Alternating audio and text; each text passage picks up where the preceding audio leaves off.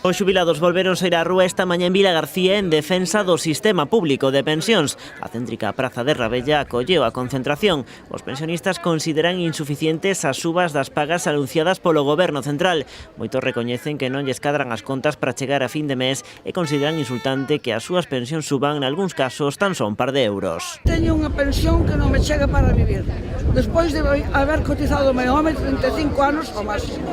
E, ademais, o 0,25 foi unha burla, e o 3% é unha limosna.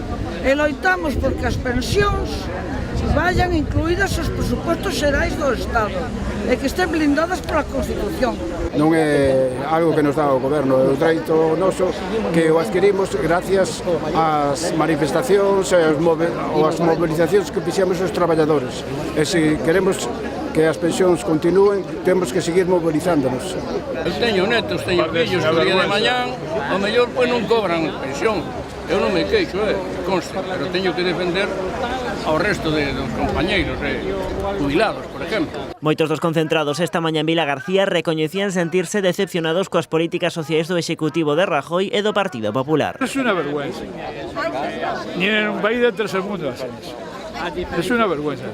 Se tenía que ver la cara a esa gente, a los hijos, si hay hijos de obreros y nietos de jubilados, si pueden estar comiendo como están comiendo ellos. Que se vayan poniendo as pilas, porque eu non, pero hai que votar o PP, e me parece a min que o PP vai ao carallo, 29. O remate da concentración deuse lectura ao manifesto no que se destacou a efectividade das mobilizacións. Explican que as súas protestas obrigaron ao Goberno a romper o tope do 0,25, conseguindo que case 3 millóns de pensións suban un 3%. Indican que gañaron a batalla, pero que aínda queda moito polo que loitar.